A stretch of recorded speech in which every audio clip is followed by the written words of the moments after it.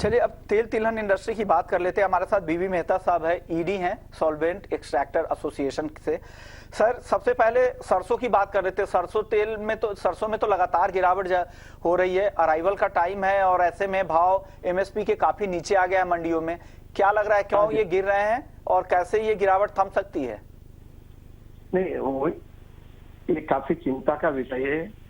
आज जो हम चाहते थे कि भाई किसान ज्यादा से ज्यादा मस्टर्ड पैदा करे, उसे तो अपना काम कर दिया और क्रॉप भी अच्छा है, 115-120 लाख के करीब होगा।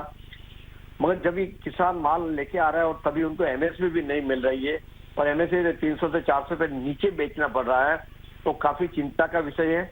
किसान डिस्करेज हो जाएगा।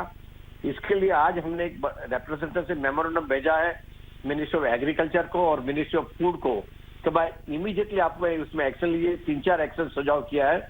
एक तो गए नाफेड को काफी जोरों से इंटरवेंट करने के बोलिए। दूसरा, जो इंपोर्ट ड्यूटी ना आरबीडी ओलिन है, और जो 12.5% 20% कर दीजिए, क्योंकि उनके वजह से बाकी के तेल भी दबा रहा है और सीट के भाव दबा रहा है। तीसरा, गवर्नमेंट को एक और सुझाव दिया कि मौका भी है, गवर्नमेंट अपनी बफर स्टॉक कर ले मस्टर्ड का 15, 20, 25 लाख टन का, तो जब भी भाव ऊपर जाएगा कभी तो वो रिलीज कर सकते हैं और मस्टर्ड आप 1 साल 2 साल रख सकते हैं, तो इससे तकलीफ नहीं है। तो अभी इमीडिएटली गवर्नमेंट को एमएसपी को डिफेंड करने के लिए ड्यूटी बढ़ानी चाहिए, नाफेड को गेन अप करना चाहिए, और तीसरा फ्यूचर ट्रेडिंग भी खोलने का सोचना चाहिए मस्टर्ड में। इन अहम सुझाव, एक तो रिफाइंड पाम तेल पर पाबंदी आपको लगानी पड़ेगी।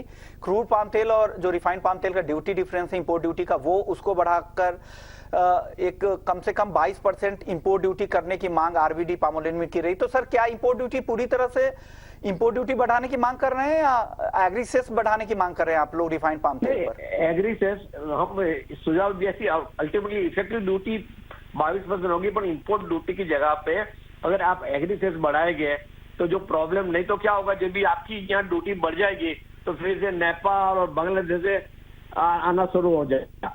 पर अगर सेस है तो सेस एप्लीकेबल है, उसे out of purview of the सप्ताह में है, इसके वजह उसको ड्यूटी भरनी पड़ेगी। तो फिर से अभी का जो पोजीशन हो जैसा आज नहीं आ रहा है, क्योंकि उनको एनकरेजमेंट नहीं मिल रहा है। अगर हम ड्यूटी बढ़ाते हैं तो उनको फिर से नेपाल चालू हो जाएगा, बांग्लादेश चालू हो जाएगा।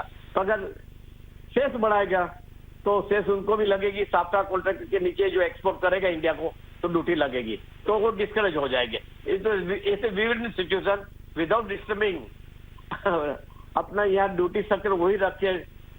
अगर एग्री सेस बढ़ाएंगे तो नेपाल वगैरह से जो इंपोर्ट होता है वो इंपोर्ट थम जाएगा। तो इंपोर्ट ड्यूटी बढ़ाने की बजाय एग्री सेस बढ़ाने का सुझाव सी की तरफ से दिया जा रहा है। साथ ही अगर सरसों के गिरते दाम को अगर रोकना है तो यहाँ पर नाफेड को खरीदारी तेज करनी होगी और साथ ही इंपोर्ट पर तो पाबंदी लगाना जरूरी है ही, क्योंकि जिस तरह से रिकॉर्ड इंपोर्ट खाने के तेल का हुआ है उसका भी यहाँ पर असर है। घरेलू बाजार में सप्लाई इतनी ज्यादा है, अराइवल का प्रेशर है। ऐसे में अगर आपको आत्मनिर्भर बनना है, किसानों को बढ़ावा देना है खेती के लिए, तो ये कदम तो उठाने होंगे। शुक्रिया मेहता साहब, आपने वक्त निकाला हमारे लिए।